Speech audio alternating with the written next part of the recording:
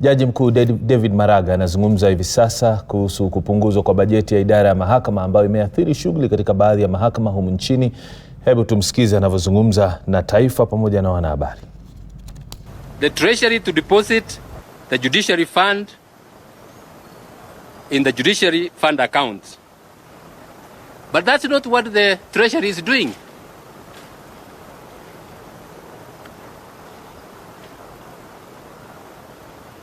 I will tell you why. After the promulgation of the Constitution in 2010, pursuant to Article 173, the Judiciary tabled its 2011, 2012, and the 2012-2013 budget proposals in the National Assembly, and they were approved. It is important to note that in the year 2013-2014, the National Assembly allocated the judiciary 17.827 billion shillings, representing 0.99 of the national budget, the highest budget allocation that the judiciary has ever received. You will see later that there are some, there's a time the judiciary was given 18 point something billion. But I'm saying this one was the highest because in relation to the budget of that year, that was the highest. The following year, however, the acting registrar of the judiciary was directed to take the judiciary budget estimates to the Treasury, and the judiciary was, after that, put under the category of governance, justice, law, and the order sector, which most people refer to the GJ laws, comprising of the Ministry of Internal Security, Police, the AG's office, IEBC, prisons, and other government departments.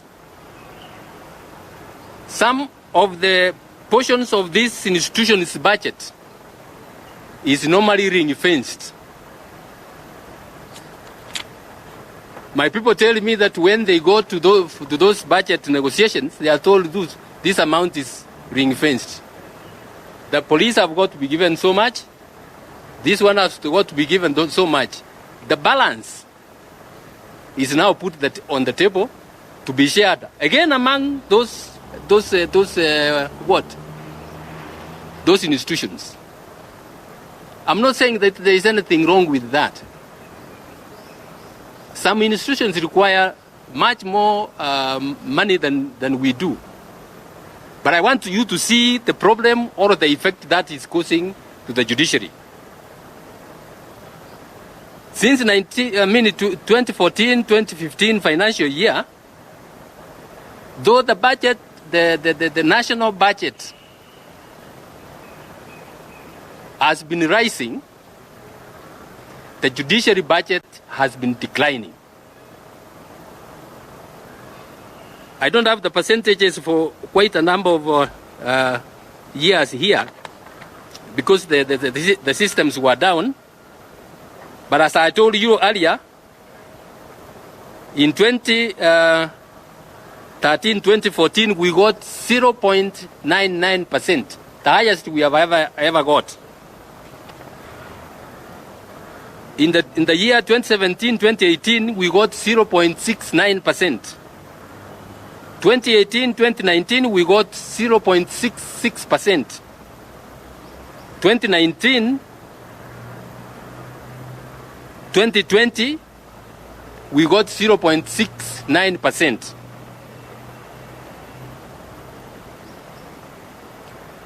Now, as the judiciary budget is dwindling, the judiciary workload is rising tremendously.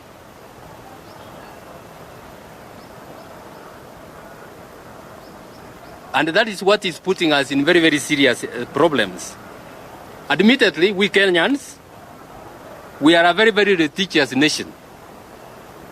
An average of 400,000 cases are filed in our courts every year. The manpower we have, we are able to clear about 300,000 cases per year.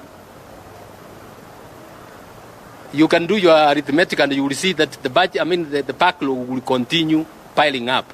And that's why we have serious problems.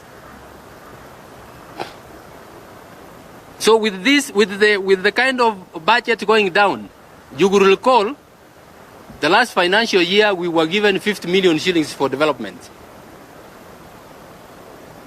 It is after there was an outcry that we got some money under the supplementary budget.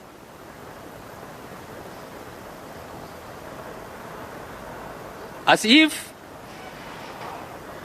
these reductions are not bad enough, we have serious challenges in what we call treasury releases. You know, government payments are through what they call IFMIs. To get through the IFMIs, we have serious challenges. Like in the last financial year, the supplementary budget that we were given,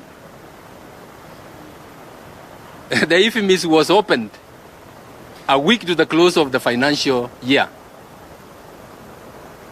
Fortunately, we had done quite our paperwork, and we were able to access quite a chunk of that money. But we were not able to exhaust it. Not because we didn't need it, but because the period the IFMIs was opened was simply too short. After a long struggle, we have now got the judiciary fund regulations passed by Parliament, and now the judiciary fund is fully operational. Last week, the Judicial Service Commission, as required by the judiciary fund regulations, authorized the judiciary to open a judiciary fund account at Central Bank, and that should be done today or tomorrow. I am appealing that from tomorrow, let whatever the Treasury wants to give us be deposited into that account, so that we are able to manage our affairs as the Constitution requires us to manage. I have now instructed the Chief Registrar of the Judiciary, starting from this next year's budget, not to take our budget estimates to the Treasury.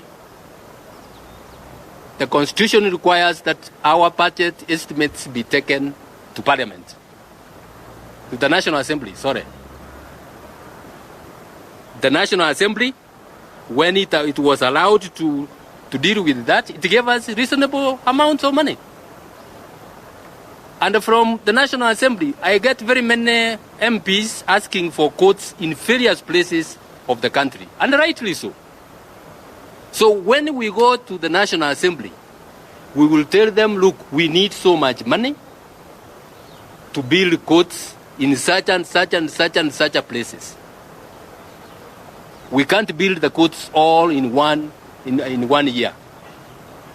Give us money to build courts this year in such and such a places. Give us money to build courts next year in such and such a places. And let me tell you, and honorable Kenyans, the judiciary does not require a lot of money to build courts in many parts of the country. If the judiciary is given a constant figure of about 5 to 6 billion shillings every year, we will have courts, in 10 years we will have courts literally everywhere in the country, and save our people the agony of traveling long distances to access justice. What is 5 billion shillings with a budget of how many trillion?